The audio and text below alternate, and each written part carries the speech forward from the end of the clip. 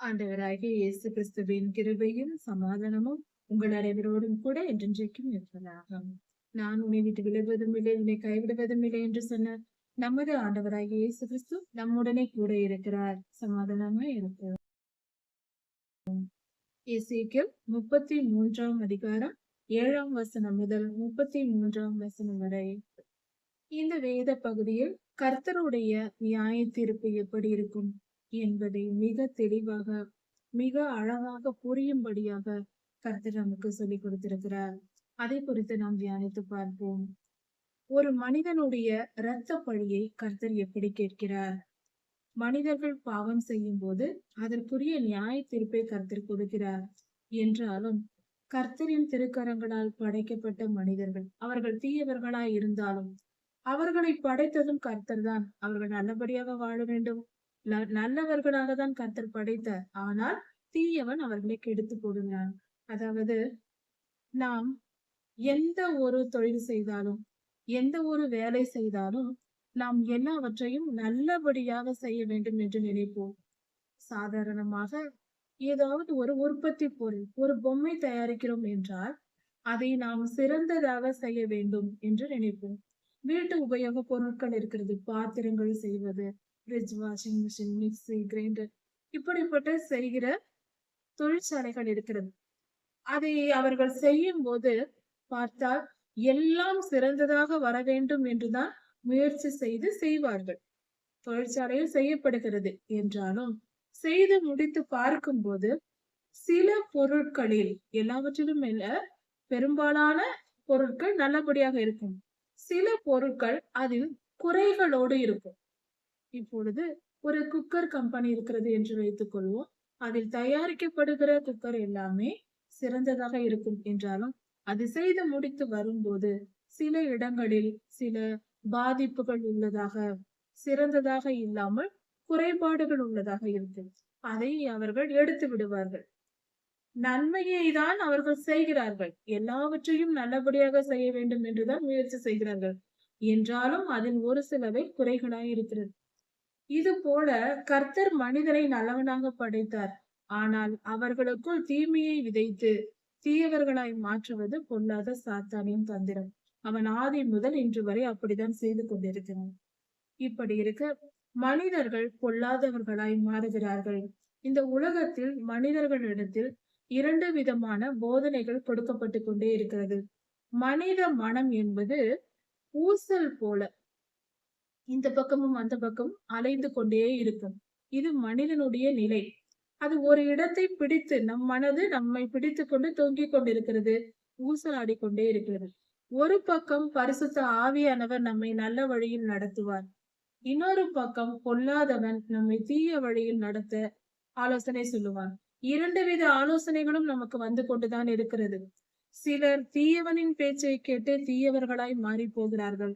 சிலர் பரிசுத்த ஆவியானவரின் சொல் கேட்டு பரிசுத்த பாதையில் நடந்து பரிசுத்தம் அடைகிறார்கள். இதுதான் இவ்வுலகத்தில் மனிதனுடைய நிலை. இப்படி இருக்க மனிதர்கள் பலர் தீயவனை பார்த்து அவனுடைய ஆலோசனைகளை கேட்டு தீமையான வழிகள். ஒரு மனிதன் இருக்கிறான் என்றால் அவன் பாவம் செய்ய விருப்பம் உள்ளவனாய் இருந்தால் அவனுக்குள் பொல்லாத சாத்தான் நுழைந்து அவர்களை தீய வழியில் நடத்த தொடங்குவான். அவர்களை மட்டுமல்ல, அவர்கள் மூலமாய் பலரை, ஒரு மனிதனை பிடித்துக் கொண்டு அந்த மனிதன் மூலமாக உன் நண்பனிடம் சொல், இந்த பாவத்தை செய்ய சொல் என்று சொல்லிக் கொடுப்பான். அவர்களும் பொல்லாதவன் பேச்சை கேட்டு தாங்களும் பாவம் செய்து தங்கள் நண்பர்களையும் தங்கள் குடும்பத்தாரையும் பாவம் செய்ய தூண்டுவார்கள். இப்படிதான் உலகம் நடந்து கொண்டிருக்கிறது. சாத்தான் ஒரு மனிதனை பிடித்தால் அதை வைத்து பலரை பாவ பாதையில் எடுத்து விடுவான். இப்படிப்பட்ட காரியங்கள் நடந்து கொண்டிருக்கிறது. பரிசுத்த ஆவியானவரும் அப்படித்தான் செயல்படுகிறார். ஒரு மனிதனை பரிசுத்தமாக்கி அந்த மனிதன் மூலமாக கர்த்தருடைய வார்த்தைகளை பலருக்கும் சொல்ல வைத்து கர்த்தர் ஊழியத்தை நிமித்தம் ஆத்துமாக்களை ஆதாயப்படுத்துகிறார். இதுவும் பரிசுத்த ஆவியானவரின் செயலே. இப்படி இரண்டு விதமான செயல்கள் இந்த பூமி நிகழ்ந்து கொண்டிருக்கிறது. ஆண்டவருடைய வருகையில் வரைக்கும் இப்படிதான் இருக்கும். இப்படி தீய மனிதர்கள் தீமையான பொல்லாதவன் பேச்சை கேட்டு அவன் இஷ்டப்படி வாழ்ந்து பாவம் செய்து அவர்கள் முழு பாவத்தையும் செய்து முடிக்கும் போது அவர்கள் இருதயம் கடினப்பட்டு இனி இவர்கள் திருந்தவே மாட்டார்கள் என்ற நிலைக்கு ஒரு தேசத்தின் ஜனங்கள் வரும்போது கர்த்தர் அவர்களை அழித்து விடுகிறார். ஏனென்றால் அவர்கள் திருந்துவதற்கு பல வருடங்கள் அவர்களுக்கு வாய்ப்பை கொடுக்கிறார். தீர்க்கதரிசிகள் மூலமாக தீர்க்க தரிசனம் சொல்ல வைக்கிறார். நீங்கள் மனம் திரும்புங்கள், மனம் திரும்புங்கள் என்று பல வருடங்கள் அவர்களுக்கு போதிக்கப்படுகிறது. எதையுமே கேட்க மாட்டோம் என்று இருதயத்தை கடினமாய் வைத்திருக்கிற ஜனங்கள் தங்கள் வாழ்நாளில் பெரும்பகுதி அப்படியே இருக்கிறவர்களை பார்த்து இனி திருந்த மாட்டார்கள் என்ற நிலை கர்த்தருக்கு அவர்களை பற்றி தோன்றும் போது கர்த்தர் அவர்களை அழித்து விடுகிறார். ஏனென்றால் அந்த நிலையில் இருப்பவர்கள் தங்களை தாங்கள் அழித்துக் கொள்வது மட்டுமல்ல, தாங்கள் பாதாளத்திற்கு போவது மட்டுமல்ல, மற்றவர்களையும் கெடுத்து மற்ற மனிதர்களையும் பாவ வழியில் நடத்தி பிறரையும் கெடுத்து தேசத்தையே கெடுத்து போடுவார்கள். இதனால் கர்த்தர் அப்படிப்பட்டவர்களை அழித்துவிட்டு மீண்டுமாக பரிசுத்த சந்ததியை மிச்சம் இருக்கிற அடுத்த சந்ததியையாவது பரிசுத்தமாய் வர வேண்டும் என்று அவர்களை தீயவர்களை அழித்து நல்லவர்களை புதிய சந்ததியை உருவாக்க கர்த்தர் விரும்புகிறார். இது நிமித்தம் தீமை அழிக்கப்படுகிறது. பொல்லாத மனிதர்களுக்கு கர்த்தர் நியாய தீர்ப்பை கொடுக்கிறார். கர்த்தர் இஸ்ரவேல் தேசத்திற்கு கொடுக்கப்படும் நியாய தீர்ப்பை பற்றியும் அதை பற்றின சில காரியங்களை எசேக்கியேல் தீர்க்கதரிசிக்கு இந்த அதிகாரத்தில் சொல்லுகிறார். அதாவது இஸ்ரவேல் தேசத்தாருக்கு நான் நியாய தீர்ப்பை அனுப்புவேன், அப்படி அனுப்ப போகிறேன் என்று நீ போய் சொல். அப்பொழுது அவர்கள் ஒரு காவற்காரனை ஏற்படுத்தி பட்டணத்தின் மதில் மேல் இருக்க வைத்து எச்சரிக்கை செய்யும்படி, யுத்தம் வந்தால் எச்சரிக்கை செய்யும்படி, எதிரிகள் வரும்போது தூரத்திலிருந்து பார்த்து சொல்லும்படி அவனை காவற்காரனை ஏற்படுத்து என்று கர்த்தர் சொல்லுகிறார். எக்காலம் ஊதி எச்சரிக்க வேண்டும் ஜனங்களை. தூரத்தில் எதிரி சேனைகள் வரும்போதே அந்த காவல்காரன் எச்சரிக்க வேண்டும். இப்படியாக ஒரு காவல்காரனை கர்த்தர் ஏற்படுத்த சொல்லுகிறார். இஸ்ரவேலர்கள் அப்படி ஏற்படுத்துகிறார்கள் என்றால் எதிரி சேனைகள் வரும்பொழுது அந்த காவல்காரன் எக்காலம் ஊதி எச்சரிக்கை செய்யும் போது அதை கேட்டு எச்சரிக்கையாய் இருக்கிறவர்கள் அந்த மனிதர்கள் காப்பாற்றப்படுகிறார்கள். எச்சரிக்கை இல்லாமல் எக்கால சத்தத்தை கேட்டும் கவனமாய் இராமல் தங்களை காப்பாற்றிக் கொள்ளாமல் இருக்கிறவர்கள் இறந்து போவார்கள். அவர்கள் பாவத்தின் நிமித்தம் அவர்களை அழிகிறார்கள். இருதய கடினத்தின் நிமித்தம் அழிந்து போகிறார்கள். அதனால் அவர்களுடைய இரத்தப்பழி அவர்கள் தலைமையிலேயே இருக்கும்.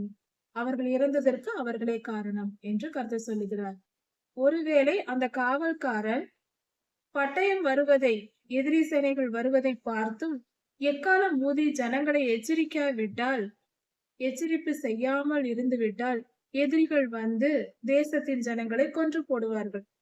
அப்பொழுது அவர்கள் செய்த அக்கிரமத்திற்கு தான் அவர்கள் இறக்கிறார்கள் என்றாலும் அவர்கள் இரத்த பழியை நான் காவல்காரனிடம் கேட்பேன் என்று கர்த்தர் சொல்லுகிறார். ஏனென்றால் காவல்காரன் எக்காலம் ஊதி எச்சரிக்காமல் இருந்தது தவறு என்று, அதனால் இந்த இரத்தப்பழிக்கு அந்த மனிதன் பதில் சொல்ல வேண்டும் என்று கர்த்தர் சொல்லுகிறார். அப்படி என்றால் அந்த மனிதன் நியாய தீர்ப்பை பெறுவான். அது போல கர்த்தர் சொல்லுகிறார் எசேக்கியேல் ஐயாவிடம், மனுபுத்திரனே, நான் உன்னை இஸ்ரவேல் தேசத்திற்கு காவல்காரனாக வைத்தேன். எசேக்கியேல் ஐயாவை, தீர்க்கதரிசி ஐயாவை காவல்காரனாக வைத்தேன் என்று கர்த்தர் சொல்லுகிறார். இப்பொழுது சொல்லப்பட்ட காவல்காரனை போல எசேக்கியேல் ஐயா இங்கு இருக்கிறார் தேசத்திற்கு. அதனாலே நீ ஒரு காவல்காரனை போல இருந்து என் வார்த்தைகளை உன் காதினால் கேட்டு உன் வாயினாலே அதை அவர்களுக்கு சொல் என்று கர்த்தர் சொல்லுகிறார். கர்த்தர் சொல்லுகிறார் எசேக்கியேல் தீர்க்கதரிசி ஐயாவிடம், எந்த ஒரு தீர்க்கதரிசியிடம் கர்த்தர் ஒரு வார்த்தை சொல்லுகிறார். அதாவது அந்த துன்மார்க்கனா இருக்கிறார், அவனை எச்சரி, நான் அவனை தண்டித்து விடுவேன், அவனை எச்சரி என்று கர்த்தர் சொல்லுகிறார் எசேக்கியேல் தீர்க்கதரிசியின் ஐயாவிடத்தில். அதை கேட்ட தீர்க்கதரிசி ஐயா அந்த துன்மார்க்கனை எச்சரிக்காமல் விட்டு விடுகிறார். இவர் அந்த தீர்க்க தரிசனத்தை சொல்லவில்லை. ஏனென்றால் இது ஒரு உதாரணத்திற்காக கர்த்தர் ஒரு உவமையாக வெளிப்படுத்துகிறார். ஆனால் இதன் காரணம் என்னவென்றால் இன்னொரு பின்புலம் ஒன்று இருக்கிறது. கர்த்தர் ஒரு வார்த்தையை சொல்லி தீர்க்கதரிசியிடம் நீ போய் சொல்லு என்றால் போய் சொல்ல வேண்டும். நிச்சயமாக அதை சொல்லிவிட வேண்டும். சொல்லாமல் இருந்தால் கர்த்தர் அந்த தீர்க்கதரிசியை தண்டிப்பார். சரி, ஆனால் சில நேரங்களில் தீர்க்கதரிசிகள் போய் சொல்ல முடியாத சூழ்நிலை இருக்கும். அப்படி என்றால் பயம் இருக்கும். கர்த்தர் போய் ஒரு தீய மனிதனிடம் போய் பார்த்து, "நீ கர்த்தரால் அழிக்கப்படப் போகிறாய். நீ கெட்டவன்" என்று சொல்லுகிறார் என்றால், இதை போய் சொன்னால் அவன் முதலில் அந்த தீர்க்கதரிசியை கொன்று போடுவான். சில ராஜாக்களிடம் போய் ஒரு சாதாரண மனிதனாய் வாழ்கிற தீர்க்கதரிசியை போய் கர்த்தர் சொல்லுவார். "நீ போய் அவன் செத்துப் போவான் என்று சொல்" என்று சொல்லுவார். "நீ சாகப் போகிறாய் என்று சொல்" என்றால், அந்த தீர்க்கதரிசி எப்படி போய் தைரியமா ஒரு ராஜாவிடம் போய் சொல்லுவார்? ஏனென்றால் சொன்ன உடனே அவன் கொன்று போடுவான் தீர்க்கதரிசியை. இந்த பயம் இருக்கும். யோனா தீர்க்கதரிசியின் சம்பவத்தில் இதை நாம் பார்க்கிறோம். அவர் நினிவேக்கு போய் சொன்னால் அந்த ஜனங்கள் பொல்லாதவர்கள் நம்மை கொன்று போடுவார்கள் என்று பயந்தே நினிவேக்கு போகாமல் தர்ஷீசுக்கு போனார். மனித உலக வாழ்க்கையின்படி பார்க்கும் பொழுது யோனா ஐயாவின் பயம் நியாயமானது என்றே தோன்றும். ஆனால் கர்த்தர் மேல் விசுவாசம் வைத்து நாம் அந்த உலக ஞானத்தை விட்டுவிட்டு கர்த்தருடைய ஞானத்தை பெற்று நாம் அதை சரியாய் செய்ய வேண்டும். கர்த்தர் எசேக்கியேல் தீர்க்கதரிசியிடம் சொல்லுகிறார், ஒரு துன்மார்க்கனை பார்த்து நீ சாகவே சாவாய் என்று நீ போய் சொல் என்று கர்த்தர் எசேக்கியேல் ஐயாவுக்கு தீர்க்கதரிசனம் சொல்லுகிறார் என்றால், அதை தீர்க்கதரிசி போய் சொல்ல வேண்டும். அப்படி சொல்லாமல் போனால் அந்த தீர்க்கதரிசி மற்ற ஜனங்களுக்கு, ஐயோ அவன் பெரிய ராஜாவாயிற்றே, பிரபுவாயிற்றே, நம்மை கொன்று போடுவானே, நாம் எப்படி போய் கர்த்தருடைய வார்த்தையை சொல்லுவது என்று பயந்து சொல்லாமல் போனால், வேறு எந்த காரணத்தினாலும் சொல்லாமல் போனால் அவன் அக்கிரமத்தினால் அவன் இறந்து போவான். ஆனால் அந்த மனிதனுடைய இரத்தப்பழி அவன் சாவுக்கு காரணமானவன் நீதான் என்று கர்த்தர் எசேக்கியேல் ஐயாவிடம் கேட்பாராம். நீ நான் சொன்ன வார்த்தையை சொல்லி எச்சரிக்காததினால் அவன் இறந்து போனான். அவன் இரத்தப்பழி உன் தலையின் மேல் இருக்கும் என்று கர்த்தர் சொல்லுகிறார். அதாவது கர்த்தருடைய எச்சரிப்பை சொல்லாததினால் அந்த தீர்க்கதரிசியின் மேல் பாவம் சுமரும். ஒருவேளை அந்த தீர்க்கதரிசி, அதாவது எசேக்கியேல் ஐயா போய் சொல்லிவிட்டார். துன்மார்க்கனை பார்த்து கர்த்தர் இப்படி சொல்லுகிறார், மனம் திரும்பு, இல்லை என்றால் கர்த்தர் அழித்து விடுவார், பாவம் செய்யாதே, உன் துன்மார்க்கத்தை விட்டு விலகு என்று தீர்க்கதரிசி போய் சொல்லுகிறார். கர்த்தருடைய வார்த்தையை அப்படியே சொல்லுகிறார். அதை கேட்டும் அந்த மனிதன் திருந்தவில்லை. அப்படியே அவன் பாவத்தை தொடருகிறான் என்றால் கர்த்தர் அவனை அழித்து போடுவார். அவன் அக்கிரமத்திலே அவன் சாவான். அவனுடைய இரத்த பழியை கர்த்தர் அவன் தலையின் மேல் வைப்பார். எசேக்கியேல் ஐயா தன் ஆத்துமாவை காத்துக் கொள்வார். ஒரு தீர்க்கதரிசி தன் ஆத்துமாவை காத்துக் கொள்கிறார். ஏனென்றால் கர்த்தரிட்ட கட்டளையை அவர் செய்து விட்டார். அந்த துன்மார்க்கன் திருந்தவில்லை. அதற்கு இந்த தீர்க்கதரிசி பொறுப்பாக முடியாது அல்லவா? இதைதான் கர்த்தர் சொல்லுகிறார். நீதி நியாயம் என்னவென்று சொல்லிக் கொடுக்கிறார் கர்த்தர். கர்த்தர் சொல்லுகிறார், இஸ்ரவேல் வம்சத்தார் சொல்லுகிறார்கள், எங்கள் பாவங்களும் எங்கள் துரோகங்களும் பெரிதா இருக்கிறது. நாங்கள் அதிகமாய் பாவம் செய்து விட்டோம், அதிகமாய் துரோகம் செய்து விட்டோம், நாங்கள் எப்படி பிழைத்திருக்க போகிறோம் என்று சொல்லுகிறார்கள். இஸ்ரவேல் ஜனங்கள் இப்படி சொல்லுகிறார்கள். அநேகம் பாடுகள் பட்ட போது அவர்கள் தங்கள் பாவங்களுக்காக மனம் வருந்துகிறார்கள். இதை கர்த்தர் சொல்லுகிறார். நாங்கள் எப்படி பிழைப்பது என்று சொல்லுகிறீர்கள். நீங்கள் எல்லாம் அப்படி பேசிக் கொள்ளுகிறீர்கள். அப்படி அல்ல, நான் துன்மார்க்கனுடைய மரணத்தை விரும்பாமல் அவர்கள் மனம் திரும்புவதையே நான் விரும்புகிறேன் என்று கர்த்தர் சொல்லுகிறார். துன்மார்க்கனை அழித்து போடுவது என்னுடைய நோக்கம் அல்ல. ஒரு மனிதன் தீயவனாய் இருக்கிறான் என்றால் அவனை அழித்து விட வேண்டும் என்பது என்னுடைய நோக்கம் அல்ல. அதை நான் விரும்புவதில்லை. அவன் மனம் திரும்ப வேண்டும் என்பதையே நான் விரும்புகிறேன் என்று சொல்லுகிறார். மனம் திரும்புதலே கர்த்தருக்கு பிரியமாய் இருக்கிறது. அதனால்தான் தீர்க்க தரிசனமாய் முன்கூட்டியே சொல்லுகிறார், இன்னொரு வாய்ப்பு, திருந்திவிடு, நான் உன்னை கொன்று போடுவதில்லை என்றால் என்று சொல்லுகிறார். அப்படியாவது அவர்கள் அதை கேட்டு பயந்து திருந்துவார்கள் என்று கர்த்தர் சொல்லுகிறார். அதை கேட்டு திருந்தாத பட்சத்தில் அவர்கள் எவ்வளவு சொல்லியும் கேட்காத நிலையில் திருந்த மாட்டோம் என்று சொல்லுகிறவர்களையே கர்த்தர் அழைக்கிறார். கர்த்தர் சத்தியம் செய்து சொல்லுகிறார், என் ஜீவனை கொண்டு சொல்லுகிறேன், நான் துன்மார்க்கனுடைய மனம் திரும்புதலையே விரும்புகிறேன் என்று கர்த்தர் சொல்லுகிறார். இஸ்ரவேல் வம்சத்தாரே, நீங்கள் உங்கள் துன்மார்க்க வழியை விட்டு விலகுங்கள், மனம் திரும்புங்கள், மனம் திரும்புங்கள் என்று கர்த்தர் சொல்லுகிறார். நீங்கள் ஏன் சாக வேண்டும்? பாவம் செய்து நீங்கள் ஏன் சாக வேண்டும்? நீங்கள் திருந்துங்கள் என்று கர்த்தர் சொல்லுகிறார். இன்னும் கர்த்தர் சொல்லுகிறார், மனுபுத்திரனே, நீ போய் அவர்களிடம் சொல், இஸ்ரவேல் வம்சத்தாரிடம் சொல், ஒரு நீதிமான் இருக்கிறான், அவன் நல்லவனாக வாழ்ந்து வருகிறான், ஆனால் கடைசியில் அவன் அக்கிரமம் செய்கிறான், துரோகம் செய்கிறான் என்றால், அந்த நீதிமான் அவன் ஏற்கனவே செய்த நீதியினால் அவன் பிழைத்து விட மாட்டான். இவன் துரோகம் செய்ததினால் அவன் அழிந்து போவான். இத்தனை காலம் நல்லவனாக இருந்தும் நீதிமானாய் வாழ்ந்தும் கடைசியில் அவன் துரோகம் செய்கிறவனாய் மாறினால் அவன் நீதி அவனை காப்பாற்றாது.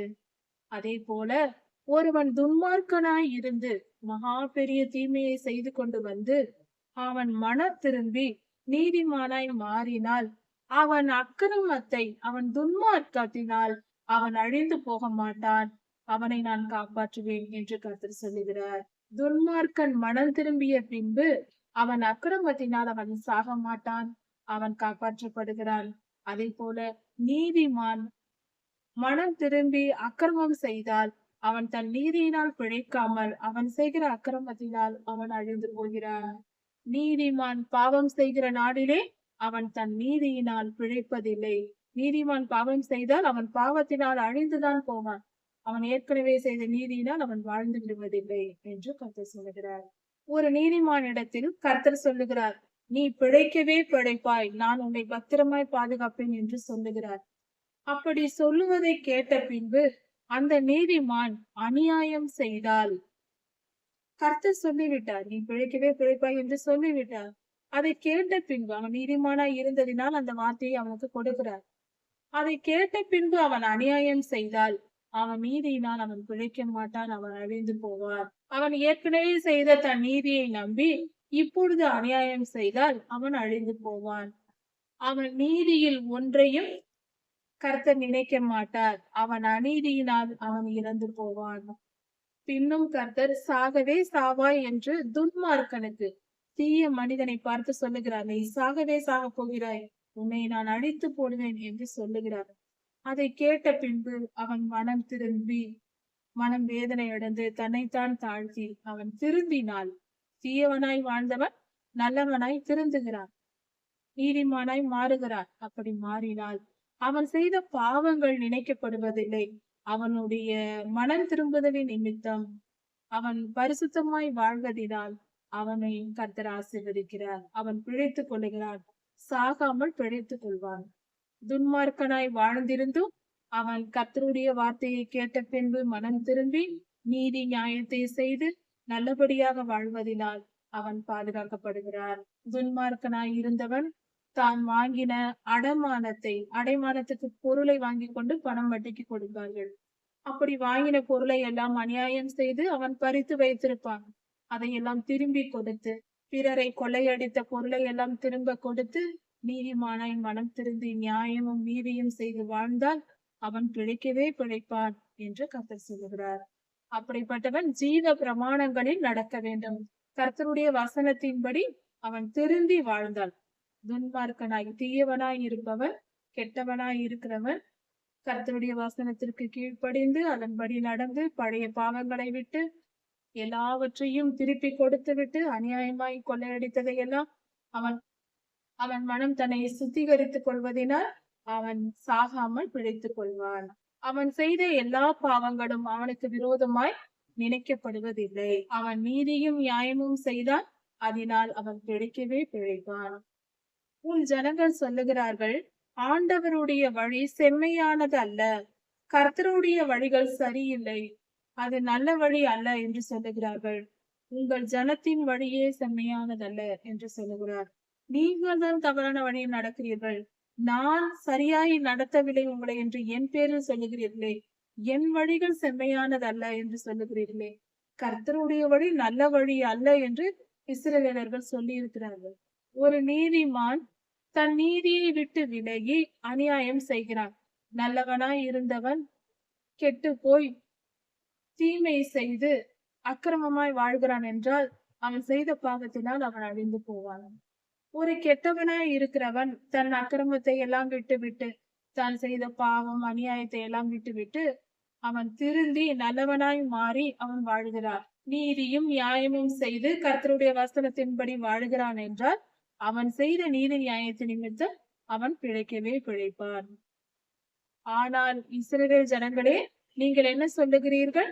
கர்த்தருடைய வழிகள் செம்மையானதல்ல என்று சொல்லுகிறீர்கள். உங்கள் வழிகளினாலேயே நான் உங்களை நியாயம் தீர்ப்பேன் என்று சொல்லுகிறார். அதாவது சிலர் பேசுவார்கள், பேசும்போது கவனிக்கலாம். அவர்கள் பேசுகிற வார்த்தைகள் அவர்களுக்கும் அந்த வார்த்தைகளுக்கும் சம்பந்தம் இருக்காது. பிறருக்கு நீதி நியாயத்தை நன்றாக போதிப்பார்கள், சொல்லுவார்கள். நீதியா, இதுதான் நீதி, அதுதான் நீதி என்று மிக அழகாக பேசுவார்கள். ஆனால் அவர்கள் அதை துளியும் கேட்க மாட்டார்கள், நடக்க மாட்டார்கள் அதன்படி. இப்படிப்பட்ட ஜனங்கள் இருக்கிறார்கள். அதைதான் கர்த்தர் சொல்லுகிறார், உங்கள் வார்த்தைகளினாலேயே நான் உங்களை நியாயம் தீர்ப்பேன். அதாவது நீதிமானாய் வாழ வேண்டும் என்று நான் மற்றவர்களுக்கு போதித்துவிட்டு, நான் அநியாயம் செய்தால், அக்கிரமமாய் வாழ்ந்தால், கர்த்தர் நீதானே சொன்னாய், நீதிமானாய் வாழ வேண்டும் என்று சொன்னாய் அல்லவா, நீ வாழ்ந்தாயா இல்லை அல்லவா, அதனால் உன்னை அழைப்பேன் என்று அழைத்து போடுவார். சொல்லும் வார்த்தைக்கு நாம் முதலில் கீழ்ப்படிய வேண்டும்.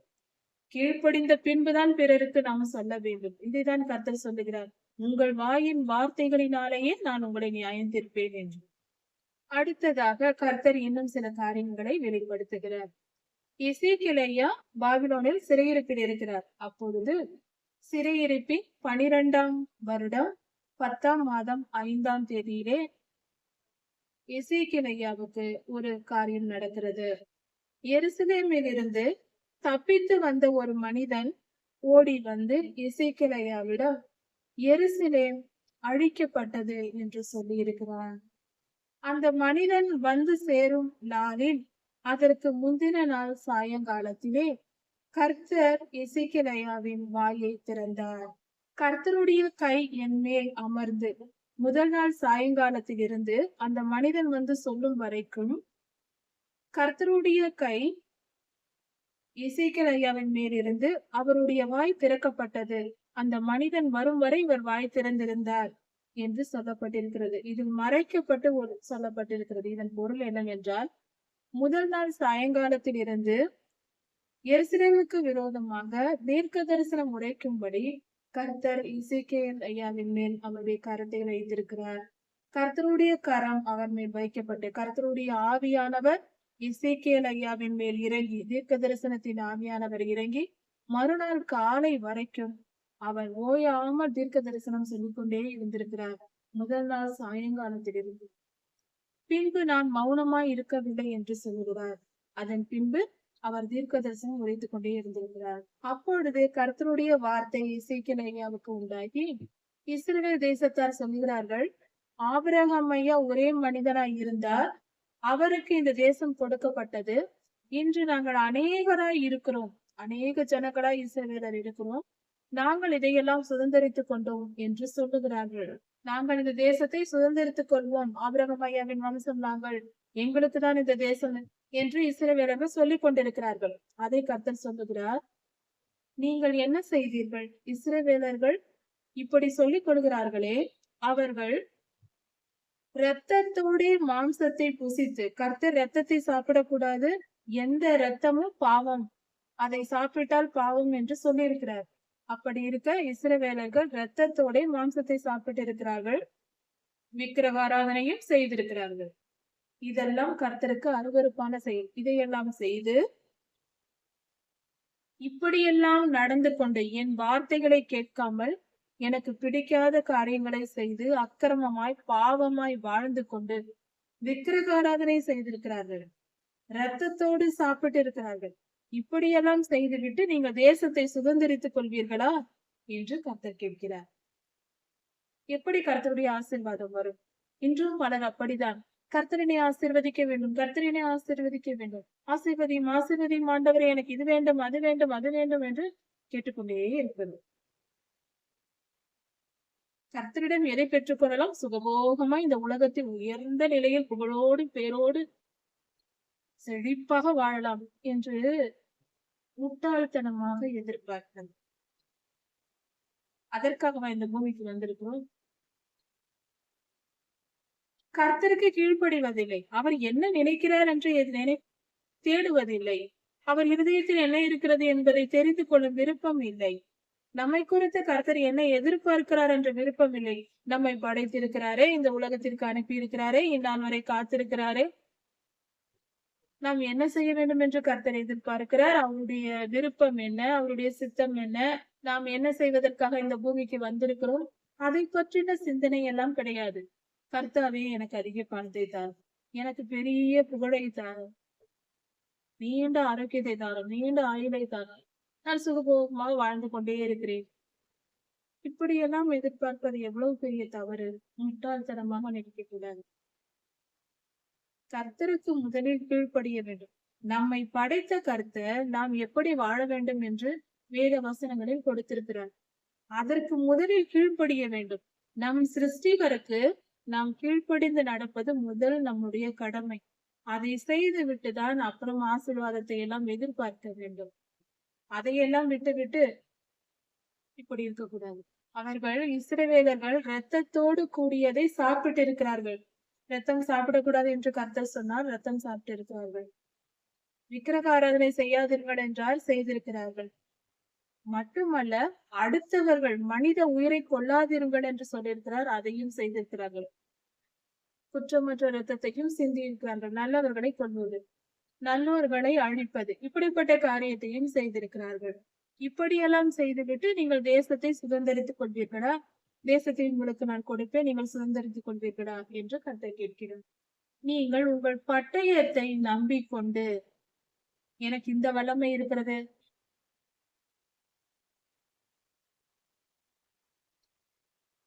எனக்கு எவ்வளவு பெரிய ராணுவம் இருக்கிறது, அப்படி இப்படி என்று தன்னுடைய பண பலம், ஆள் பலம், ராணுவ பலம் போன்ற பலத்தை நம்பிக்கொண்டு கர்த்தர் மேல் நம்பிக்கை வைக்காமல் ராணுவத்தை பலத்தை நம்பிக்கொண்டு விபச்சார பாவம் செய்து அந்நிய அடுத்தவரின் மனைவியோடு பாவம் செய்வது, இப்படிப்பட்ட விபச்சார பாவம் செய்து கொண்டு வாழ்கிறீர்கள். நீங்கள் தேசத்தை சுதந்திரிப்பீர்களா என்று கேட்கிறார். இதெல்லாம் மிகப்பெரிய பாவமா இருக்கிறது. கர்த்தர் அருவருக்கிற பாவம். 5 காரியங்களுக்கு சொல்லியிருக்கிறார். 1, இரத்தத்தோடு மாம்சத்தை சாப்பிடுவது. 2, விக்கிரக ஆராதனை. 3வது, பிற மனிதர்களை அழிப்பது, கொல்வது, பிற மனித உயிரை அழிப்பது, அது 3வது. 4வது, கர்த்தரை நம்பாமல் தன் பலத்தின் மேல் நம்பிக்கை வைப்பது, தன்னையே நம்பிக்கொள்வது, தன் பலத்தை நம்பிக்கொண்டு வாழ்வது. 5வது காரியம், விபச்சார பாவம் செய்வது, அடுத்தவன் மனைவி மீது ஆசைப்படுவது, பாவம் செய்வது. இந்த 5 காரியங்களும் கர்த்தர் செய்கிறவர்களை கர்த்தர் ஆசீர்வதிக்க மாட்டார் என்று கர்த்தர் சொல்லுகிறார். இப்படி இவர்கள் செய்வதினால் பாழான இடங்களில் இருக்கிறவர்கள் பட்டயத்தால் விழுவார்கள். அதாவது பாழாக்கப்பட்ட நிலங்களில் இருக்கிறவர்கள் பட்டயத்தினால், எதிரி நாட்டவர்களிடத்தில் கர்த்தரை ஒப்பு கொடுப்பார். எதிரிகள் உங்களை கொன்று போடுவார்கள். வெளிகளில் இருக்கிறவர்கள், பட்டணத்தை விட்டு வெளியே இருக்கிறவர்களை மிருகங்கள் கொன்று போடும், அழித்து போடும். பட்டணத்திற்குள் இருப்பவர்கள், காடுகளில் இருப்பவர்களை பட்டயத்தினால் வெட்டி விடுவார்கள். விவசாய நிலங்களில் இருப்பவர்கள் பட்டயத்தினால் வெட்டப்படுவார்கள். எதிரி சேனைகள் அவர்களை வெட்டி விடுவார்கள். பட்டணத்தை விட்டு வெளியே காடுகளில் இருப்பவர்களை மிருகங்கள் கோட்டைகளிலும் மலை குகைகளிலும் கெபிகளிலும் இருக்கிறவர்கள் கொள்ளை நோயினால் அழிக்கப்படுவார்கள். மிகுந்த பாதுகாப்போடு இருக்கிறோம் என்று கோட்டைகளிலும் மலைகளிலும் குகைகளிலும் மறைந்து கொண்டு ஒளிந்து கொண்டு பாதுகாப்பாக வாழ்கிறார்கள் அல்லவா, அவர்களை கொள்ளை நோய் அழித்து போடும். எங்கிருந்தாலும் கர்த்தருடைய கோபம் வந்தால் அழிய வேண்டியதுதான். நான் தேசத்தை பாழும் அவாந்தரமும் ஆக்குவேன். இஸ்ரவேலர்கள் செய்த பாவத்தை நிமித்தம் தேசத்தை நான் வாழாக்குவேன். அப்பொழுது அதனுடைய பலத்தின் பெருமை ஒழிந்து போகும். அந்த தேசத்தின் பெருமை ஒழிந்து போகும். பெருமைப்பட்டு தானே இவ்வளவு துணிந்து பாவம் செய்தார்கள். அதனால் அந்த பெருமையை நான் அழித்து போடுவேன் என்று கர்த்தர் சொல்கிறார். அப்பொழுது இஸ்ரவேலரின் மலைகளில் கடந்து போவார்கள். அதில் நடந்து போக ஆள் இல்லாமல் கிடக்கும். அவர்கள் செய்த எல்லா அக்கிரமத்தின் நிமித்தம், அநியாயத்தின் நிமித்தம் நான் அந்த தேசத்தை பாழாக்கும் போது நான் கர்த்தர் என்று அவர்கள் அறிந்து கொள்வார்கள். கர்த்தரே இதை செய்தார் என்று அப்பொழுது புரியும் அவர்களுக்கு என்று சொல்லுகிறார். இதை என் ஜீவனை கொண்டு சொல்லுகிறேன் என்று கர்த்தர் சத்தியம் செய்து சொல்லுகிறார். இப்படி நான் சொன்னேன் என்று நீ போய் சொல் என்று எசேக்கியேலிடத்தில் சொல்லி அனுப்புகிறார் கர்த்தர். எசேக்கியேலை பார்த்து கர்த்தர் சொல்லுகிறார், மேலும் மனுபுத்திரனே, உன்னை குறித்து இஸ்ரவேலர்கள் வீட்டு வாசல்களிலும் சுவர் ஓரங்களிலும் நின்று கொண்டு உன்னை பற்றி பேசுகிறார்கள். ஒவ்வொருவனும் தன் தன் சகோதரனுடன் சொல்லிக் கொண்டு கர்த்தர் என்ன சொல்லுகிறார் என்று தீர்க்கதரிசியை பார்த்து கேட்கலாம் வா என்று சொல்லிக் கொண்டு அவர்கள் எல்லாம் உன்னிடம் வருகிறார்கள். உனக்கு முன்பாக உட்கார்ந்து என் ஜனங்கள் போல் நல்லவர்கள் போல கர்த்தருடைய பிள்ளைகள் போல உட்கார்ந்து எல்லா வார்த்தைகளையும் கேட்கிறார்கள். ஆனாலும் அவர்கள் அவைகளின்படி செய்வதில்லை என்று கர்த்தர் சொல்லுகிறார். இன்றைய கிறிஸ்தவர்கள் திருச்சபைகளில் வேஷம் போடுவது போல திருச்சபைகளில் இருந்து கொண்டு பக்தியாய் தன்னை வெளியே காட்டிக் கொள்வார்கள். ஆனால் வீட்டிற்கு சென்றால் கர்த்தருடைய வார்த்தை ஒருபோதும் தங்கள் வாழ்க்கையை கேட்க மாட்டார்கள். கர்த்தருக்கு கீழ்ப்படிதல் என்றால் என்ன என்றே தெரியாது. அப்படி வாழ்ந்து கொண்டிருப்பார்கள். திருச்சபைக்கு வந்தால் பக்தி உள்ளவர்கள் போல நடந்து கொள்வார்கள். இப்படிப்பட்ட மனிதர்கள் அன்றும் இருந்திருக்கிறார்கள். அதைதான் கர்த்தர் சொல்லுகிறார். என் வார்த்தையெல்லாம் கேட்க மாட்டார்கள், பார்ப்பதற்கு அப்படிப்பட்டவர்களை அவர்களிடத்தில் நடந்து கொள்கிறார்கள் என்று சொல்லுகிறார். அவர்கள் தங்கள் வாயினால் இன்பமாய் பேசுகிறார்கள். அவர்கள் நல்லவர்கள் போல இன்பமாய் அவர்கள் பேசும்போது பேசுகிறார்கள். அவர்கள் மனமும் பொருள் ஆசையை நம்பி இருக்கிறது. பணத்தாசை பிடித்தவர்களாய் அவர்கள் வாழ்ந்து கொண்டிருக்கிறார்கள். அவர்கள் மனம் எல்லாம் பணம்தான். பணம் சம்பாதிப்பதற்காகத்தான் எல்லா காரியங்களையும் செய்கிறார்கள். பேசுவதுதான் இன்பமான வார்த்தைகளை பேசுகிறார்கள் என்று கர்த்தர் சொல்லுகிறார். நீ எப்படிப்பட்டவனாய் இருக்கிறாய் தெரியுமா என்று கர்த்தர் சொல்லுகிறார். எசேக்கியேல் தீர்க்கதரிசி ஐயா தீர்க்க தரிசனம் உரைப்பது எப்படி இருக்கிறதாம்? அந்த மனிதர்கள் எப்படி இருக்கிறார்கள்? ஏற்றுக்கொள்கிறார்களா? இசைக்கருவிகள் வாசித்துக் கொண்டு இன்பமாய் பாட்டு பாடுகிற ஒரு பாடகனை போல நீ இருக்கிறாய் என்று கர்த்தர் வேதனையோடு சொல்லுகிறார் எசேக்கியேல் ஐயாவுக்கு. அப்படி என்றால் எசேக்கியேல் ஐயாவின் பேரில் தவறில்லை. கர்த்தர் தீர்க்க தரிசனம் சொல்லுகிறார். அதை அப்படியே எசேக்கியேல் ஐயா நேர்மையாய் உண்மையாய் சொல்லுகிறார் இஸ்ரவேலருக்கு. ஆனால் உன் வார்த்தைகளை அவர்கள் பாட்டு கேட்பது போல கேட்டுக்கொண்டு போகிறார்கள். அதற்கு அவர்கள் செவி கொடுப்பதில்லை, கேட்டு கீழ்ப்படிவதில்லை என்று கர்த்தர் சொல்லுகிறார். இஸ்ரவேலர்களின் மனதில் என்ன இருக்கிறது, ஜனங்களின் மனதில் என்ன இருக்கிறது என்று தீர்க்கதரிசிக்கு கர்த்தர் வெளிப்படுத்துகிறார். ஒரு ஊழியக்காரரை போய் நாம் பார்க்கும் போது நல்லவர்கள் போல பேசுகிறோம். ஊழியர்கள் நம்மை பார்த்து பக்தி உள்ளவர்கள் என்று நினைத்துக் கொள்வார்கள். ஆனால் உண்மையில் நம்மிடத்தில் பக்தி இருக்காது. ஊழியரை பார்த்து பேசும்போது பக்தி உள்ளவர்களை போல பேசிக் கொண்டு வருவோம். இப்படிப்பட்ட காரியங்களை கர்த்தர் வெளிப்படுத்தி விடுவார். தீர்க்கதரிசிகளிடம் போய் ஏமாற்றக்கூடாது, உண்மையாய் நடந்து கொள்ள வேண்டும். இதைதான் அந்த காலத்தில் நடந்திருக்கிறது. எசேக்கியேல் ஐயாவிடம் வந்து எல்லா வார்த்தையும் பக்தி உள்ளவர்களை போல கேட்டுக்கொண்டு அதை பாட்டு பாடுவதை போல கேட்டுவிட்டு போகிறார்கள். அவர்கள் கீழ்ப்படுவதில்லை மகனே என்று கர்த்தர் தீர்க்கதரிசிக்கு சொல்லுகிறார். நீ ஒரு நல்ல பாடகன் போல என்று அவர்கள் நினைத்துக் கொண்டிருக்கிறார்கள். உன்னை பாடகனாக அவர்கள் பயன்படுத்துகிறார்கள் என்று சொல்லுகிறார். அவர்கள் உன் வார்த்தைகளை கேட்கிறார்கள், ஆனால் அவைகளின்படி செய்கிறதில்லை. அது பாடல் கேட்பது போலதானே. இதோ அது வருகிறது. அது வரும்போது தங்கள் நடுவில் ஒரு தீர்க்கதரிசி இருந்தான் என்று அவர்கள் அறிந்து கொள்வார்கள் என்று கர்த்தர் சொல்லுகிறார். கர்த்தருடைய நியாயத்தீர்ப்பு வரும்போது, கர்த்தர் சொன்ன வார்த்தைகள் எல்லாம் நிறைவேறும் போது அப்பொழுது அவர்கள் அறிந்து கொள்வார்கள். ஆகா, தீர்க்கதரிசி சொன்னதெல்லாம் நிறைவேறுகிறது, உண்மையிலேயே எசேக்கியேல் ஒரு தீர்க்கதரிசி தான் என்று அப்பொழுது அவர்கள் அறிந்து கொள்வார்கள் என்று கர்த்தர் சொல்லுகிறார். இதுவே கர்த்தருடைய நீதி நியாயமாய் இருக்கிறது. கர்த்தர் பெரியவர், நல்லவர், மிகவும் நல்லவர். கர்த்தரிடம் மாய்மானம் செய்யக்கூடாது. கர்த்தருடைய வார்த்தைகளை கேட்டு கீழ்ப்படிந்து நடந்தால் என்னாலும் நல்வாழ்வுதான். வெற்றி நிச்சயம், நித்திய ஜீவன் நிச்சயமாய் நமக்கு கிடைக்கும். கர்த்தருக்கு கீழ்ப்படியாமல் அவர் வசனத்தை கை கொள்ளாமல் பரலோகம் செல்லவே முடியாது. பொல்லாதவனிடம்தான் போய் சேர முடியும். புரிந்து கொண்டு நடக்கும். கர்த்தருடைய ஆசீர்வதிப்பாராக. இதன் தொடர்ச்சியை அடுத்த செய்தியில் பார்க்கலாம். ஆண்டவராகிய இயேசு கிறிஸ்து சீக்கிரம் வரப்போகிறார். அவருடைய வருகைக்கு நாம் ஆயத்தமாவோம். மாரநாதா.